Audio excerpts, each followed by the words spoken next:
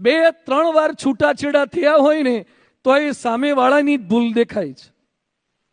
2-3 વાર છૂટાછેડા થઈને ઘણા સભામાં 7 વાગે આવે છે, 6:45 વાગે, અને એને પૂછીએ કેમ મોડા આવ્યા? એ કે હું તો ક્યારનોય નીકળી ગયો હતો, પણ ટ્રાફિક એવો હતો ને તો 1.5 કલાક ટ્રાફિકમાં રહ્યા. એટલો બધો ટ્રાફિક હતો. એ કે મારે તો આવવું જ તું ટાઈમે, પણ મહેમાન આવી જાય છે. અને અમુક જ્યારથી સત્સંગમાં આવ્યા ને ત્યારથી દર રવિવારે મહેમાન આવે છે. રવિવારે જ આવે છે, બોલો, સભાના ટાઈમે જ મહેમાન આવે છે.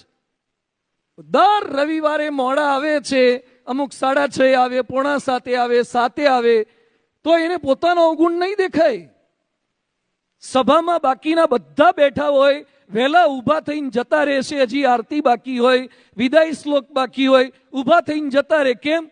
એ કે પછી ટ્રાફિક બહુ થાય છે, પછી અમારી બસ જતી રહે છે, પછી પ્રસાદમાં લાઈન બહુ થાય છે. એના કારણો બધા એટલા વ્યાજબી બતાવે ને તમને એમ જ લાગે કે તને તો અડધી કથાએ ઊભો જ કરી દેવો જોઈએ. છેલ્લે નહીં, અડધી કથાએ તને મોકલી દેવો જોઈએ. એને પોતાના અવગુણ દેખાય જ નહીં કે હું ભૂલ કરું છું, ખોટું કરું છું. એટલે મહારાજ આ વતનાવતમાં સમજાવે છે, પોતાનો અવગુણ દેખાતો નથી.